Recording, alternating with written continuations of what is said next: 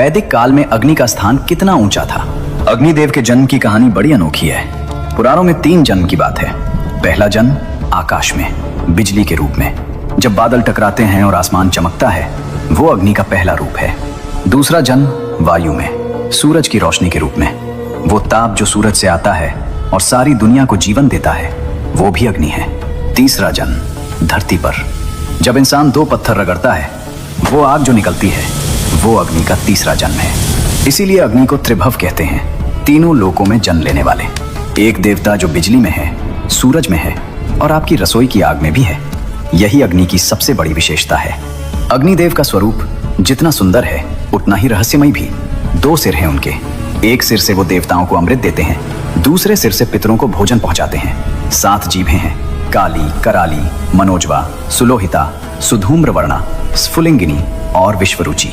लाल और सुनहरा शरीर जैसे सूर्यास्त की आग, और उनका वाहन है एक भेड़ा, पवित्रता का प्रतीक। अग्नि के माता पिता की बात करें तो सबसे प्रचलित मान्यता यह है कि इनके पिता ब्रह्मा जी हैं और इनकी पत्नी है देवी स्वाहा। स्वाहा वो देवी जिनके बिना कोई आहुति पूरी नहीं होती।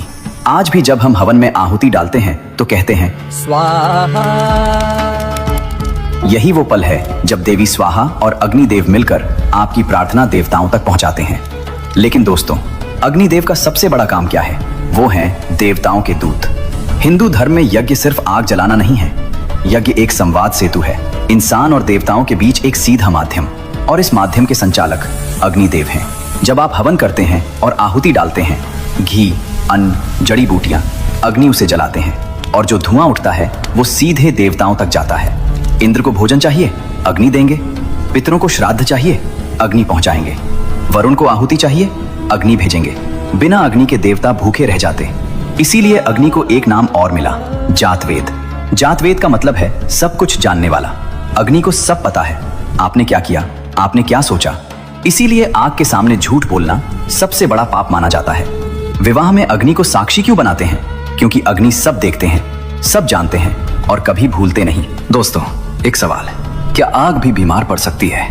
क्या देवताओं का दूत जो तीनों लोकों की आहुतियां संभालता है, वो कभी कमजोर पड़ सकता है? जवाब है हाँ, और यही हुआ था महाभारत के उस युग में। एक बार एक महाराजा ने यज्ञ किया।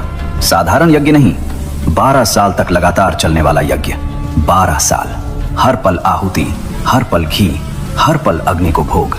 देवता खुश थे, ऋषि खुश थे, लेकिन अग्नि थक गए। इतना घी, इतनी आहुतियां, इतने वर्षों तक बिना रुके। अग्नि की पाचन शक्ति जवाब दे गई। उनकी लपटें मध्यम पड़ गईं, रंग फीका हो गया, ताप कम हो गया। और जब अग्नि कमजोर पड़ते हैं तो यज्ञ अधूरे रहते हैं। देवताओं तक आहुतियां नहीं पहुंचती और पूरी सृष्टि का संतुलन बिगड़ने लगता है। अग्निदेव परेशान हो गए ब्रह्मा जी के पास। पितामह, मुझे कुछ हो गया है, मैं पहले जैसा नहीं रहा। ब्रह्मा जी ने अग्नि को देखा, आंखें बंद की, ध्यान किया और फिर बोले, अग्नि, तुम्हारी यह बीमारी साधारण नहीं है, इसका इलाज भी साधारण नहीं होगा। अग्नि ने पूछा, तो क्या करूं पितामह? ब्रह्मा जी बोले, एक ही रास्ता है, खांडव वन। अग्नि ने नाम सुना, पहचाना। खांडव वन, वो विशाल जंगल जो यमुना के किनारे है? हाँ, उस जंगल में हजारों वर्षों से जंगली जानवर हैं। विशाल सर्प हैं, असुर हैं। उनकी चर्बी, उनका मांस, वो तुम्हारी खोई हुई शक्ति वापस ला सकता है। उस जंगल को जलाओ, उसे भस्म करो और तुम फिर से वही अग्नि बन जाओगे जो पहले थे। अग्नि की आंखों में चमक आई, लेकिन ब्रह्मा जी ने एक पल रोका। लेकिन एक समस्या है। खांडव वन साधारण जंगल नहीं था, उसमें रहता था तक्षक नाग। तक्षक नागों का राजा और इंद्रदेव का सबसे प्रिय मित्र। इंद्र ने तक्षक को वचन दिया था, जब तक मैं हूं, कोई खांडव वन को नुकसान नहीं पहुंचा सकता। अग्नि ने सोचा, कोशिश तो करते हैं। वो खांडव वन की तरफ बढ़े, लपटें उठाई, जंगल के किनारे आग लगाई और तभी आसमान में बादल घिर आए। इंद्रदेव प्रकट हुए और एक झमाझम बारिश, आग बुझ गई। अग्नि ने फिर कोशिश की, फिर बारिश, तीसरी बार फिर बारिश। ये खेल चलता रहा। 12 बार अग्नि ने कोशिश की, 12 बार इंद्र ने बारिश करके बुझा दिया। 12 बार। सोचिए, देवताओं का दूत त्रिभव अग्नि, जो ब्रह्मांड की पहली लौ है, वो 12 बार हारे, एक देवता से, अपने ही साथी से। ये अग्नि की कमजोरी नहीं थी, ये अकेलेपन की हार थी। और तब अग्नि ने समझा, अकेले नहीं जीत सकते, मदद मांगनी होगी। लेकिन किससे? दोस्तों, यहाँ एक बहुत गहरी बात है। अग्निदेव के सामने पूरे तीनों लोक थे। देवता थे, ऋषि थे, महान योद्धा थे, लेकिन उन्होंने मदद मांगी दो इंसानों से, दो मनुष्यों से, अर्जुन और कृष्ण। क्यों?